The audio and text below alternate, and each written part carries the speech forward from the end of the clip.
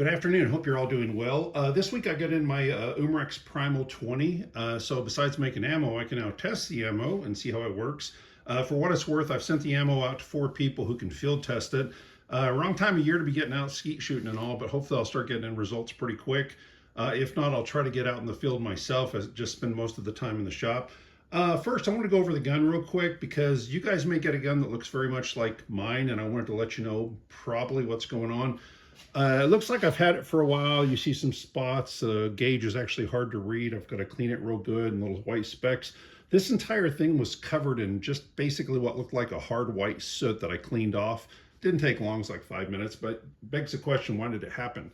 Like I said, on the gauge, I'll get it cleaned off. I rubbed it pretty good. With a little cleaner, I'll be able to get the rest off. To give you some idea, the choke that I pulled out, that's pretty much what the entire gun looked like covered. So it got down to the choke and everything too. Not a big deal, but here's what I think happened. I think the gun came in from China, and I think the load probably got wet along the way.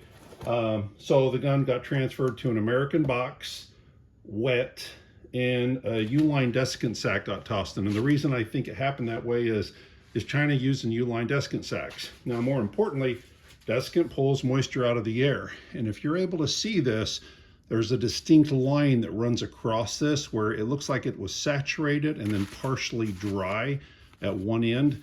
So it looks like this thing sucked up a lot of moisture. Not a big deal, just a little bit of cleaning. But if you get a gun in that looks like that, that's possibly what happened. It does clean cleans right off. So the choke, I went ahead and pulled this choke out because 20 gauge chokes can be proprietary, or they can be just regular chokes that are interchangeable with a lot of different guns. It doesn't look like this is proprietary, which is awesome news, because that means you can have a wide variety of chokes that you can use. This is a rifle choke, and on this one, say you were using a Sable round or one of their solid rounds that they've got, the solid rounds they're using, they're saying clean this after 5 uses, which I'm gonna try to create a workaround for that with soft lead slugs.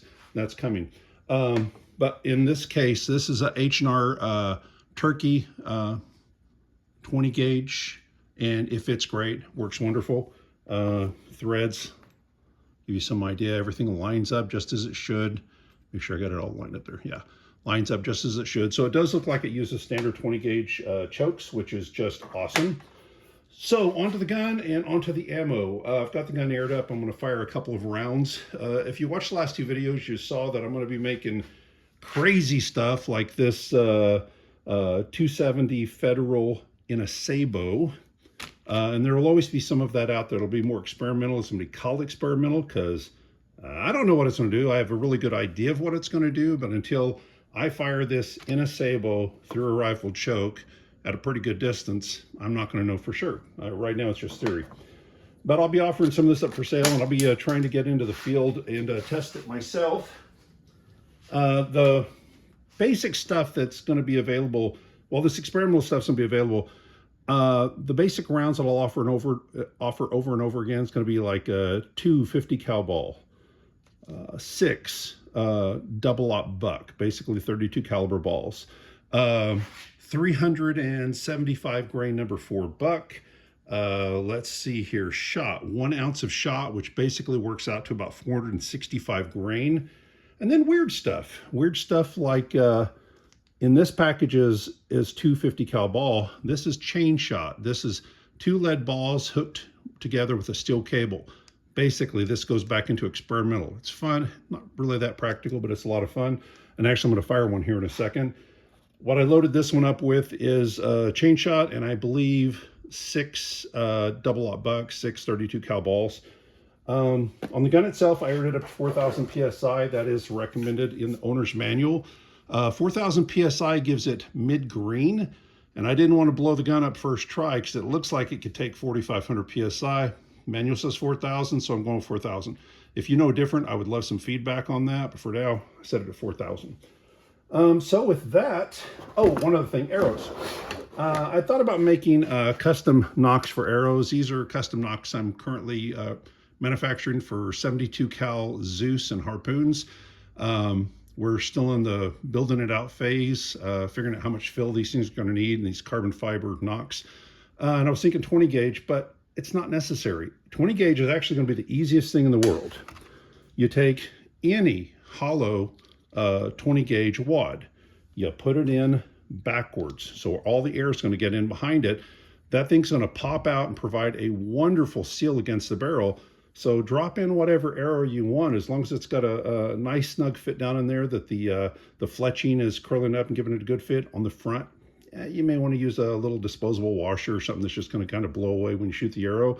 But with that, the wads are only about 10 cents each. For every arrow you want to fire, you're only going to be at about 10 cents to be able to fire an arrow out of this. Put 2 of these in, shoot an arrow, put in another arrow, pop this over one more time. You get to fire 2 arrows for about 20 cents. So just a thought. I won't be moving forward to making 20 gauge nocks because it's just not necessary. So ballistic gelatin, here we go.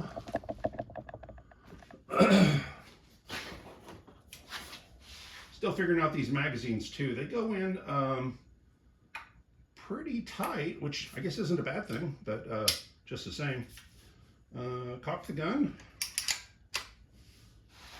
I guess you cock it and it stays back. Again, just got this thing, first time firing it. Let's see here. So I guess at this point I pull the trigger. Okay. Put it over one more time. And 4 6-gauge balls.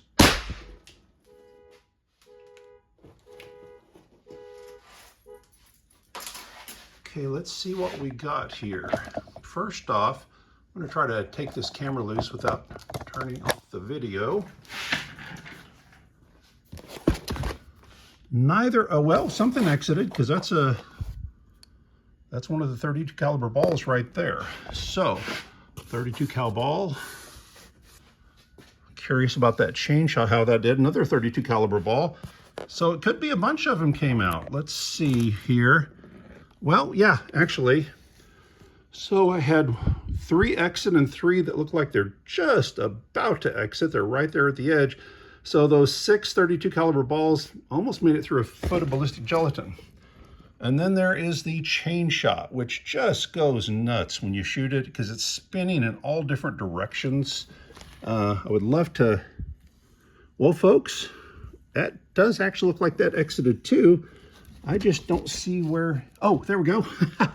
So it exited, it went under the box, it tore into some cardboard and into wood. So it managed to go through the 12 inches of ballistic gelatin, this piece of cardboard, a little chunk of wood down into a piece of cardboard there. So that's a lot of power. I'll do a little bit more testing with that later. But again, that's just kind of a fun round. What's really weird is this time it went straight as an arrow. Most of the times it gets inside a target and just goes berserk and starts flying in every different direction.